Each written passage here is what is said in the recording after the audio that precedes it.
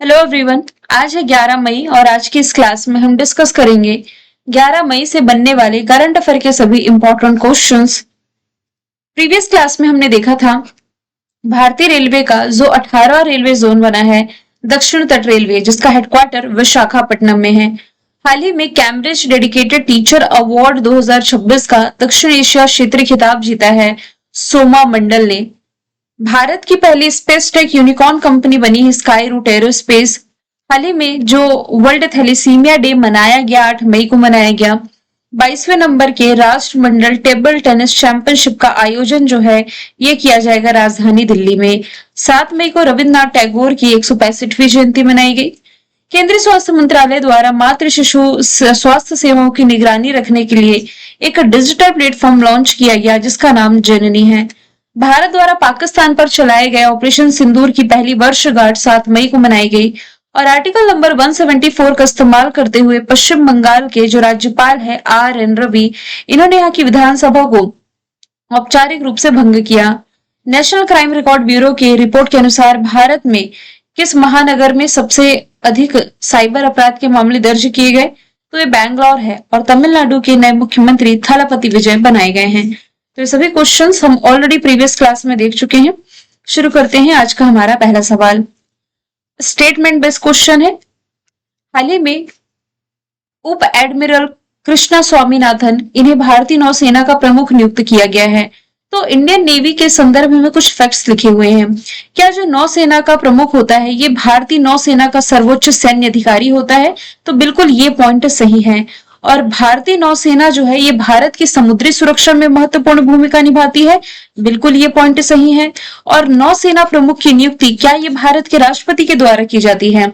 तो बिल्कुल जल थल वायु सेना तीनों ही प्रमुखों की नियुक्ति जो है ये देश के राष्ट्रपति करते हैं और वर्तमान में देश के प्रेसिडेंट है कौन? द्रौपदी मुर्मू जी। तो स्टेटमेंट में जो तीनों ही ऑप्शन लिखे हुए हैं सभी इसके राइट आंसर हो जाएंगे। अब इसमें आप कंफ्यूज नहीं होइएगा, नॉर्मल भी इस क्वेश्चन को मैंने ऐड किया ताकि एक्स्ट्रा फैक्ट इसके हम देख सके। सवाल नंबर दूसरा है, राष्ट्रमंडल खेलों के संदर्भ में कुछ फैक्ट्स लिखे हुए हैं। राष्ट्रमंडल खेल यानी कि कॉमनवेल्थ गेम से रिलेटेड कुछ फैक्ट है। राष्ट्रमंडल खेल ये प्रत्येक 4 साल में आयोजित किए जाते हैं, तो बिल्कुल हर 4 साल में इसका आयोजन किया जाता है। और इन खेलों में केवल एशियाई देशों को भाग लेने की अनुमति है? बिल्कुल ऐसा तो नहीं है। एशियाई खेलों में एशियाई देश पार्टिसिपेट करते हैं। कॉमनवेल्थ गेम्स में कॉमनवेल्थ कंट्रीज भी पार्टिसिपेट करती हैं। भारत ने लास्ट टाइम कॉमनवेल्थ गेम्स की मेजबानी करी थी 2010 में राजधानी दिल्ली में, जिसका आयोजन किया गया था। तो दिए गए ऑप्शंस में पहला और तीसरा सही हो जाएगा। दूसरा पॉइंट यहां से गलत है क्योंकि राष्ट्रमंडल खेल राष्ट्रमंडल देशों के बीच आयोजित एक बहुखेल प्रतियोगिता है जिसका आयोजन प्रत्येक 4 सालों में होता है। इसमें Asia, Africa, Europe, Oceania, Caribbean क्षेत्र सहित राष्ट्रमंडल के सदस्य देश भी पार्टिसिपेट करते हैं। यदि पूछा जाए कि पहले राष्ट्रमंडल खेलों का आयोजन कहाँ किया गया था, तो ये 1930 में किया गया था। कहाँ किया गया था? तो ये हैमिल्टन कनाडा में किया गया था। जैसे कि मैंने बताया हर 4 साल में इसका आयोजन होता है, तो लास्ट टाइम हुआ था 2022 में। कहाँ आयोजित किया गया था? इंग्लैंड के बर्मिंघम में। अब जो होगा 2026 में। अब इसे कौन होस्ट करने जा रहा है? तो ये स्कॉटलैंड में आयोजित किया जाएगा। हालांकि ये 23 जुलाई से 2 अगस्त के बीच स्कॉटलैंड के ग्लासगो में आयोजित किया जाएगा। चलते हैं अगले सवाल। निम्नलिखित में से किस देश को अंतरराष्ट्रीय प्रवासी संगठन यानी कि इंटरनेशनल ऑर्गेनाइजेशन ऑफ माइग्रेशन द्वारा जारी विश्व प्रवासन रिपोर्ट 2026 के अनुसार दुनिया का सबसे अधिक प्रेषण प्राप्त करने वाला देश घोषित किया गया? आंसर इसका हो जाएगा भारत। प्रेषण का मतलब क्या हुआ? रेमिटेंस। इसको मैं इजी लैंग्वेज में आप लोगों को बता देती हूँ कि जब कोई व्यक्ति यानी कि आमतौर पर यदि हम देखें तो दूसरे देशों में काम करने के लिए जाए और वहां रह करके मतलब जो भी पैसा कमा रहा है, मान लीजिए अमेरिका गया हुआ कोई व्यक्ति भारत से और वहां रह करके डॉलर में कमा रहा है। ऑब्वियसली डॉलर ये इंडियन करेंसी के मुकाबले काफी ज्यादा पावरफुल है, तो वहां जो पैसा कमाता है वो अपने परिवार को या दोस्तों को या किसी अन्य को पैसे भेज रहा है मान लीजिए, तो ये एक देश से दूसरे देश के भीतर धन का स्थानांतरण है ना।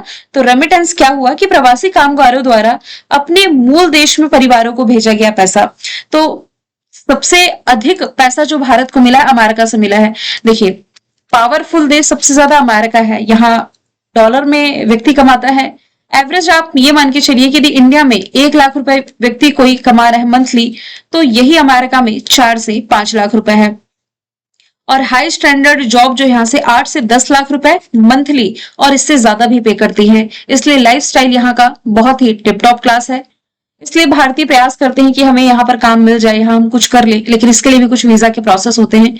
इसमें भी काफी कुछ कैटेगरी है। खैर, उस पर यदि हम नहीं आए, इस पर डिस्कशन करते हैं कि अंतरराष्ट्रीय प्रवासी संगठन ने एक रिपोर्ट रिलीज की है, विश्व प्रवासन रिपोर्ट, वर्ल्ड माइग्रेशन रिपोर्ट। इसके अनुसार भारत जो है ये 2024 में दुनिया में सबसे अधिक रेमिटेंस प्राप्त करने वाला देश घोषित किया गया है।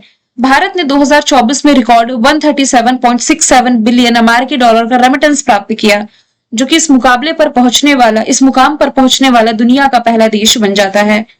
पिछले वर्ष की तुलना में यानी कि 2024 के प्रीवियस ईयर से यदि हम कंपेयर करें तो भारत में ये 11.8% की बढ़ोतरी दिखाता है। शीर्ष 5 देशों में यदि हम बात करें तो भारत ने सबसे अधिक रेमिटेंस प्राप्त किया। इसके बाद मैक्सिको, फिलीपींस, फ्रांस और पाकिस्तान है। यानी कि इसमें 3 देश तो आपके एशिया के ही हो गए।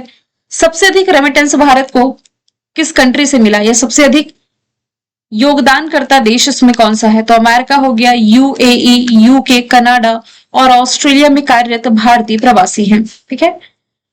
सवाल नंबर 4 है, किस स्थान पर पहले अंतरराष्ट्रीय बिग कैट अलायंस शिखर सम्मेलन का आयोजन किया जाएगा? इसकी मेजबानी राजधानी दिल्ली में इस वर्ष होने जा रही है। पहला अंतरराष्ट्रीय बिग कैट अलायंस शिखर सम्मेलन का आयोजन जो है 1 और 2 जून को निर्धारित है। पर्यावरण मंत्री भूपेंद्र यादव के अनुसार जो दुनिया भर में 7 प्रमुख बड़ी बिल्ली की जो प्रजाति हैं, जैसे बाघ हो गया, शेर, तेंदुआ, हिम तेंदुआ, चीता, जैगुआर और प्यूमा, इसके संरक्षण पर आधारित है या इसके संरक्षण पर केंद्रित है। यदि मैं अदर ऑप्शन की बात करूं तो मॉरिशस पोर्ट लुइस में इस साल 9वें नंबर की इंडियन ओशन कॉन्फ्रेंस का आयोजन किया गया। फ्लोरिडा अमेरिका इस साल G20 होस्ट करेंगे। दावोस स्विट्जरलैंड में इस साल 56वें नंबर की वर्ल्ड इकोनॉमिक फोरम मीट का आयोजन है, जो कि ये किया गया है। सवाल 5वां है, किस राज्य से जो DRDO है, डिफेंस रिसर्च डेवलपमेंट ऑर्गेनाइजेशन और इंडियन एयरफोर्स ने तारा नामक भारत की पहली स्वदेशी ग्लाइडेड हथियार प्रणाली का पहला उड़ान परीक्षण किया है? तो ये सफलपूर्वक परीक्षण ओडिशा से रिसेंटली किया गया है DRDO और इंडियन आर्मी के द्वारा। तारा यानी कि टैक्टिकल एडवांस्ड रेंज ऑगमेंटेशन, इसका पहला सफल उड़ान अभी मई के महीने में रहा है।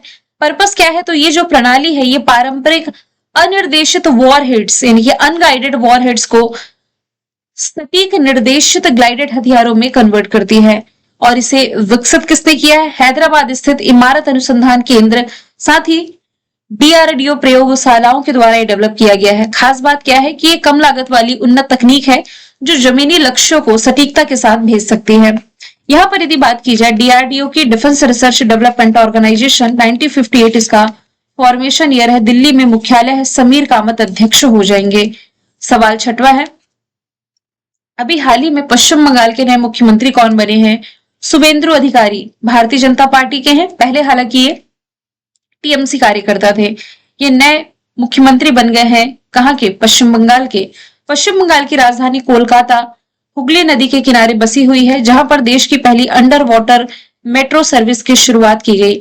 इसी कोलकाता में यदि आप रिलेट करेंगे तो लियोनेल मेसी की सबसे ऊंची प्रतिमा का अनावरण किया गया।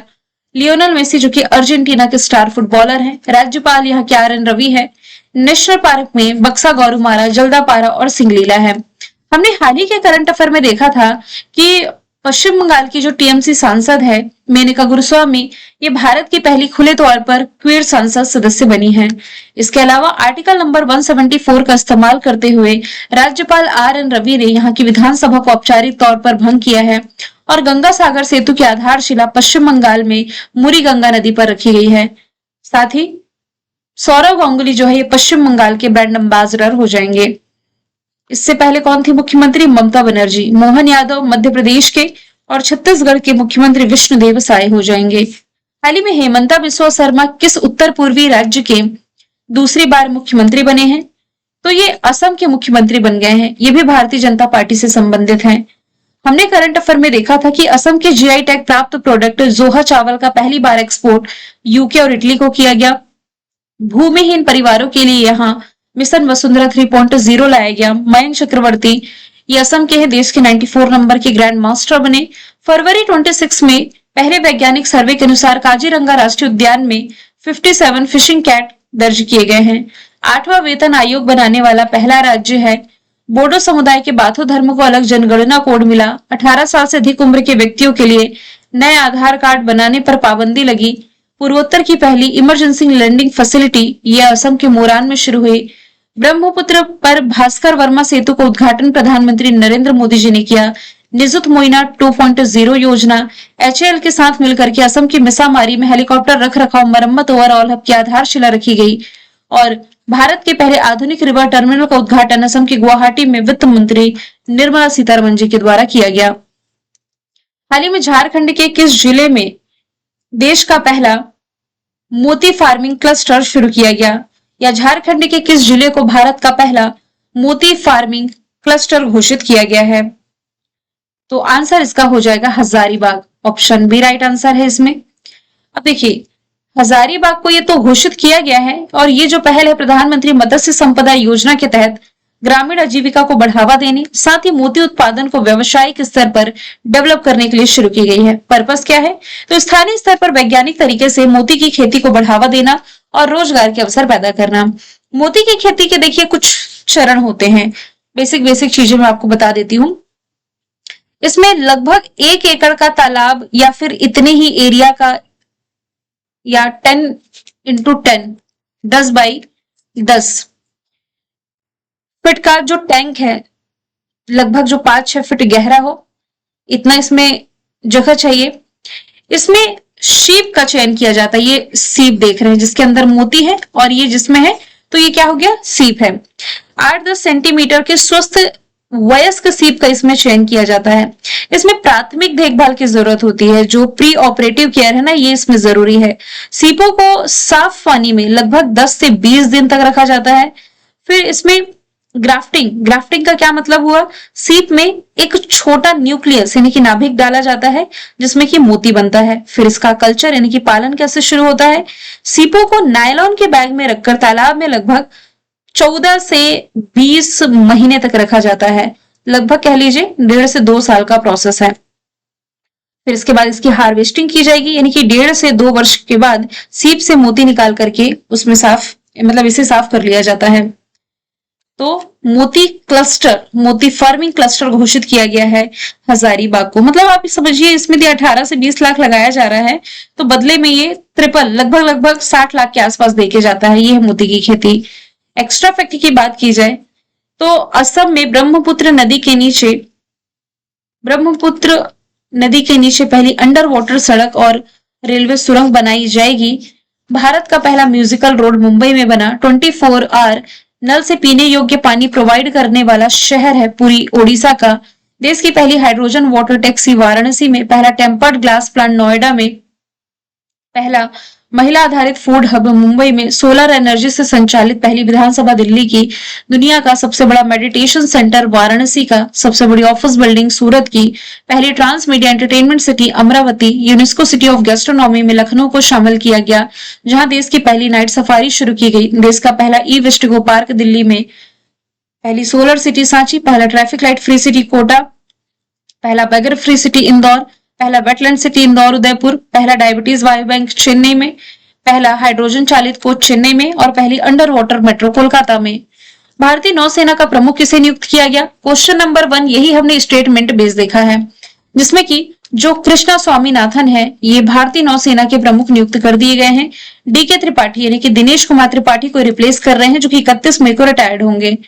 इंडियन नेवी जो कि 4 दिसंबर को अपना स्थापना दिवस मनाता है, दिल्ली में हेडक्वार्टर है।